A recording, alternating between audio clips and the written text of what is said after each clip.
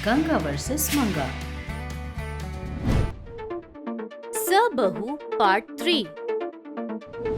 थाली में लगे छापे सफेद कपड़े को चिपकने जैसा करते हैं। उन छापों को देखकर ये खजाना ढूंढने का मार्ग है ऐसे सोचते हैं। उस मैप के हिसाब से जाकर सभी लोग खजाने को अपना बनाएंगे ऐसे सोचते हैं। बरगद के पेड़ तक कार में आकर वहाँ से चलकर रात को अखंड पत्थर के पास आकर रात वहीं गुजारकर सवेरे होते ही खजाना ढूंढने चले जाएंगे ऐसे सोचकर वहीं टेंट लगाकर खाना खाते ही पानी के लिए दोनों भाई बाहर आते हैं। नदी नजर आते ही विष्णु बहुत खुशी से पानी के पास जाकर पत्थर में बदल जाता है। ये सब हमने पिछले वीडियो में देखा था। उसके बाद सुबह होती है। सुंदरम्मा उठकर परेशान बैठी नंदनी को देखकर, क्या हुआ, ऐसे क्यों बैठी है? ये दोनों कल रात से गए हैं सासू माँ, अब तक नहीं आए। मुझे डर लग रहा है। अभी तक नहीं आए? आओ देखते हैं। ऐसे बोलकर सभी लोग यहाँ वहाँ ढूंढते हैं। विष्णु, वासु, सुनिए जी, ऐसे बुलाकर ढूंढ रहे थे। ऐसे ढूंढते ढूंढते नदी के किनारे वासु को देखकर, वासु यहाँ क्या कर रहे हो? भाई कहाँ हैं? ऐसे नदी के करीब आ रहे थे तभी वासु जोर से, रुक जाओ, अंदर मत जाओ, पानी में पैर रखने से पत्थर बन जाएंगे। ऐसे बीती बातें बताता है। वो सुनकर सभी लोग चौंक जाते हैं। नंदनी पत्थर में परिवर्तित हुए पति को देखकर रोती है। ऐसा लगता है कि रास्ते में बहुत सारी कठिनाइयां आने वाली हैं। वापस चले जाते हैं। अगर यहाँ से चले गए तो तुम्हारे भाई का क्या होगा? जिंदगी भर ऐसे ही रहेगा? नहीं, ऐसा नहीं हो सकता। चाहे जो हो जाए, आगे जाकर परेशानी का हल निकालकर छोटू को इंसान बनाना है। हाँ, आगे चलते हैं। ऐसे सभी लोग आगे जाने का फैसला लेकर जाते रहते हैं। नंदनी पत्थर में परिवर्तित हुए पति को देखते देखते आगे बढ़ रही थी। फिर एक बार मैप के अनुसार खजाने की खोज करने जा रहे थे। चलते चलते गहरे जंगल में आते हैं। एक जगह रुककर, सासू माँ, उस मैप में देखिए, कहाँ जाना है? हाँ। ऐसे मैप देखकर, हम अभी यहाँ हैं। यहाँ से उत्तर दिशा की ओर जंगल पार करनी है। चलो। कहाँ चलो? चलते चलते मेरे पैर दुख रहे हैं, थोड़ी देर बैठ कर जाते हैं। अच्छा, बैठ जाओ, लेकिन अंधेरा होने से पहले जंगल पार करना है। हाँ। ऐसे बोलता है। थोड़ी दूरी पर आम का झाड़ दिखता है। ऐसे बहुत सारे पेड़ होते हैं, लेकिन सबसे पहले पेड़ पर ही आम का फल होता है। वो देखते ही नारायणा चौंक कर, अरे वासु, यहाँ पर तो बहुत सारे झाड़ हैं, लेकिन इसी झाड़ पर आम है। विचित्र है ना? हाँ पापा, रुको, इस फल को मैं तोड़ता हूँ। आप क्यों पापा? मैं चढ़ता हूँ ना। झाड़ पर क्यों चढ़ना है? मैं मारता हूँ ना। ऐसे बोलकर उस पेड़ के पास आकर नीचे से एक पत्थर लेकर उस फल पर मारता है। उसके मारते ही वो फल नीचे गिर जाता है। ऐसे नीचे गिरते ही उस आम की जगह पर दूसरा आम का पेड़ आ जाता है। नारायणा आम में परिवर्तित होकर उस झाड़ पर लटका था। वो देखकर सभी लोग चौंक जाते हैं। ये एक माया है। मेरे पापा आम के झाड़ पर फल बन गए। हाँ, माया है। हमारे रास्ते में पता नहीं और कितनी कठिनाइयाँ आएंगी। हम सबको संभल कर रहना होगा। जितना जल्दी हो सके खजाने तक पहुंचकर ये लोग क्यों परिवर्तित हो गए ये जानकर फिर इंसान बनाना है। चलिए, अंधेरा होने से पहले जंगल पार करते हैं। ऐसे बोलकर आगे जा रहे थे, लेकिन सुंदरम्मा वहीं खड़े रहकर पेड़ को देखती है। चलो माँ। मैं तुम्हारे पापा को छोड़कर नहीं आऊंगी। माँ, पापा को कुछ नहीं होगा, फिर से इंसान बना देंगे, चलो। ऐसे बोलकर अपनी माँ को जबरदस्ती वहाँ से लेकर जाता है।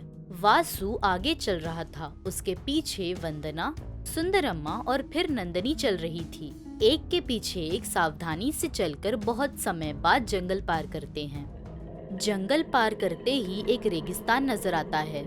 वहाँ पर एक खंडर गांव नजर आता है। वो देखकर, माँ, वहाँ जाने पर कोई रास्ता नजर आएगा।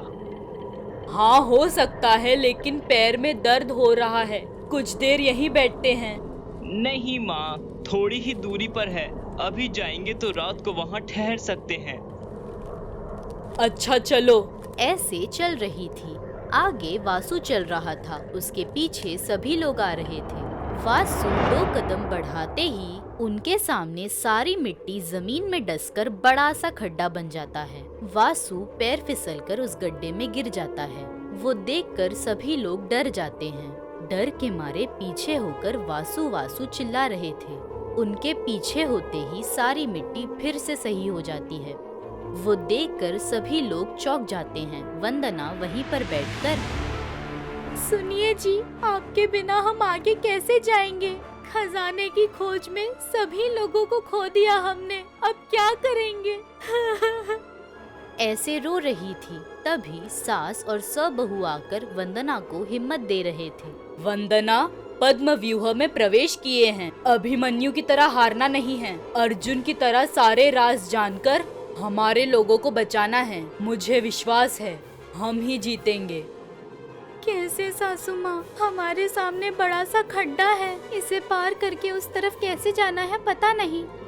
इस मैप में भी रास्ता वो खंडर गांव तलक ही है। हम उन तीनों को कैसे बचाएंगे? सारे प्रश्नों का उत्तर समय देगा। इंतजार करते हैं। आज रात यहीं रुककर खड्डे के दूसरी ओर कैसे जाए ये सोचते हैं। ऐसे बोलकर सास बहुएं वहीं रुक गई। उसके बाद क्या हुआ, दूसरी ओर कैसे गए, खजाने तक पहुँचे या नहीं, वो अगले वीडियो में देखेंगे। तब तक देखते रहिए चाचा टीवी। लालची बहू जादुई जैकेट। एक दिन सूर्यकांतम झाड़ को पानी दे रही थी। तभी वहाँ पर उसकी बचपन की सहेली जनकम्मा आती है। उसे देखते ही सूर्यकांतम बहुत खुशी से, जानकी कैसी हो? कितने साल बाद, आ जाओ अंदर जाकर बात करते हैं। ऐसे बोलकर उसे अंदर ले जाती है। उससे, हाँ अब बोलो, क्या हालचाल, कैसी हो? मैं ठीक हूँ, तुम कैसी हो? मैं भी अच्छी हूँ। अरे चाय रखना ही भूल गई, रुको अभी रख कर आती हूँ। ऐसे बोलकर रसोई घर में जाकर चाय बनाकर जनकम्मा को देती है। वो देखकर जनकम्मा, तुम जरा नहीं बदली, पहले जैसी थी वैसी ही हो, उतने ही अच्छे से हंसते हंसाते सभी लोगों का भला चाहते हुए। ऐसे उसकी तारीफ कर रही थी। अच्छा, मेरी तारीफ रोक कर तुम्हारे बारे में बताओ, बेटी क्या करती है तुम्हारी? सच बोलूं तो उसकी बात करने आई हूँ। उसकी शादी तय हो गई है, अगले महीने ही शादी है। वो बातें सुनकर सूर्यकांतम बहुत खुश हो जाती है। जनकम्मा से, क्या रे, इतनी अच्छी खबर अभी बता रही हो? चलो छोड़ो, शादी के 1 हफ्ते पहले आकर सारा काम देख लूंगी। ऐसे कहती है। उस पर जनकम्मा, ऐसे कैसे? शादी के 2 हफ्ते पहले ही आना होगा, नहीं तो अच्छा नहीं होगा। मैं चुप भी रह गई तो मेरी बेटी जरा चुप नहीं रहेगी। ऐसे बोलते ही सूर्यकांतम, हाँ ठीक है, उस थैली में क्या लाई हो? हाँ कुछ नहीं, शादी का सामान है। ऐसे कहती है। उस पर सूर्यकांतम, शादी का सामान इस थैली में? दिखाओ जरा। मुझे दिखाने में क्या हर्ज है, इतना क्या सोच रही हो, दिखाओ। अरे ऐसा नहीं है, देखो तुमसे बढ़कर है क्या, कहकर दिखाती है। उसमें दुल्हन के लिए नकली हार होता है। वो देखकर सूर्यकांतम, ये क्या, किसके लिए है ये नकली गहने? वो दुल्हन के लिए। ऐसे कहती है। वो सुनकर सूर्यकांतम, क्या है ये, पागल हो गई हो क्या तुम? बेटी को नकली गहने दोगी? मुझसे पूछती तो मैं नहीं देती क्या?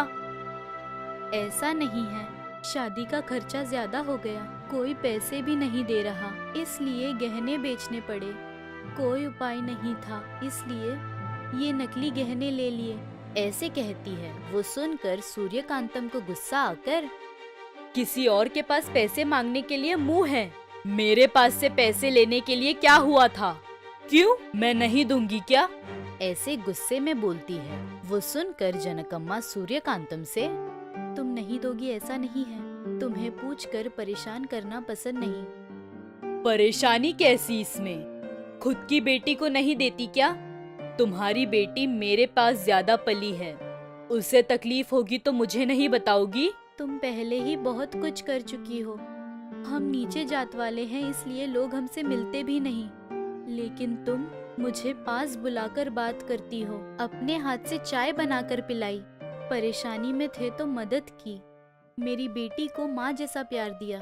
ऐसे में ये सब बताकर तुम्हारी मदद लेना मुझे पसंद नहीं। बुरा मत मानना सूर्यम, ऐसे कहती है। वो सुनकर सूर्यकांतम, अरे मैं लोगों की जात नहीं देखती, उनकी अच्छाई देखती हूँ। तुम जानती हो तुम्हारा दिल बहुत साफ है, इसलिए तुमसे दोस्ती की। अच्छा ठीक है, वो नकली हार दिखाना तो जरा। उससे जनकम्मा वो नकली हार निकालकर सूर्यकांतम को दिखाती है। तभी सूर्यकांतम अपने मन में ऐसे सोचती है, बेचारी कितनी ही तकलीफ में हो, मेरी मदद नहीं लेगी, लेकिन कैसे भी इसकी मदद करनी है। ऐसे सोचते ही उसके दिमाग में एक आइडिया आता है। जनकम्मा से, अरे दिखाई नहीं दे रहा, चश्मा भूल गई हूँ, तुम यहीं पर बैठो, मैं अपना चश्मा लेकर आती हूँ। ऐसे कहकर अपने कमरे में नकली गहने भी ले जाती है। तभी वहाँ चंद्रकांतम आती है। सूर्यकांतम को नकली गहने कमरे में ले जाते देख अपने आप से, ये क्या, सासू माँ नकली गहने अपने कमरे में ले जाकर क्या कर रही है, कहकर खिड़की से झांक रही थी। सूर्यकांतम अपने पुराने पेटी में से मैजिकल जैकेट निकालकर पहनती है। वो पहनकर नकली गहने पकड़ती है, उससे वो सारे गहने सोने के हो जाते हैं। वो देखकर चंद्रकांतम चौंक कर अपने आप से, ओहो, मतलब ये मैजिकल जैकेट है, ये पहनकर जिस चीज को हाथ लगाते हैं वो सोना बन जाता है। ये जैकेट अगर मेरे पास आ गई तो बहुत पैसे कमा सकती हूँ, जो छूंगी वो सोना बन जाएगा। ऐसे मन में सोचकर खुश हो रही थी। नकली गहनों को सोने में बदलकर सूर्यकांतम अपने मैजिकल जैकेट को फिर से पेटी में रख देती है। जाकर जानकी को वो गहने दिखाकर, जानकी तुमने ठीक से नहीं देखा, ये सोने के गहने हैं, नकली नहीं हैं, ऐसे कहती है। वो सुनकर जानकी चौंक जाती है। ये सब सूर्यकांतम का काम है, ये समझकर सूर्यकांतम को कस के गले लगकर, बिना पूछे माँ भी खाना नहीं देती, लेकिन तुम तो बिना पूछे ही इतना कुछ कर रही हो मेरे लिए, ऐसे कहकर रो रही थी।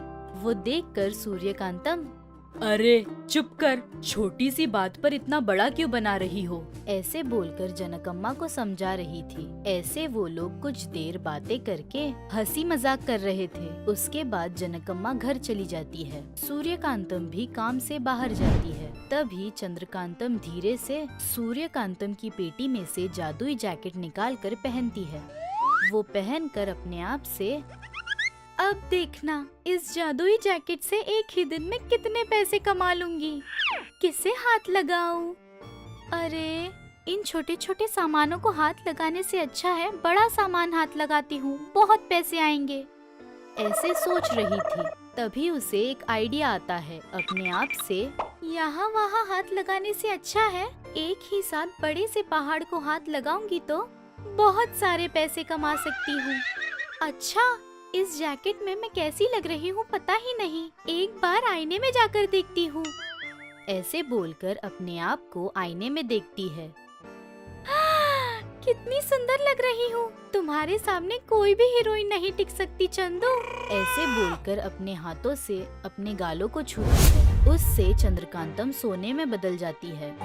वो देखकर चंद्रकांतम उदास होकर, हे भगवान, ये जैकेट पहनने पर जो छूते हैं वो सोना बन जाता है ना, हड़बड़ी में ये बात ही भूल गई मैं। तभी वहाँ सूर्यकांतम आती है। चंद्रकांतम को देखकर सूर्यकांतम को सारी बात समझ आती है। अरे मेरी सोनेरी बहू, अब पूरी तरह सोने में बदल गई हो ना? सासू माँ प्लीज सासू माँ मुझे बचाइए, सासू माँ मुझे फिर से इंसान बना दो ना। तुम फिर से इंसान बनकर फिर मेरे सामान को हाथ लगाकर उससे कलाकांडी करके फिर तुम्हें बचाना, ये सब क्यों बताओ? तुम्हें ऐसे ही पत्थर की तरह रखूंगी तो तुम मेरे सामान को हाथ लगाकर लालची काम के लिए इस्तेमाल नहीं करोगी। सासू माँ ऐसे मत बोलिए प्लीज सासू माँ, प्लीज बचाइए सासू माँ। अच्छा झुक झुक कर मेरे पैर पड़ो तब बचाऊंगी।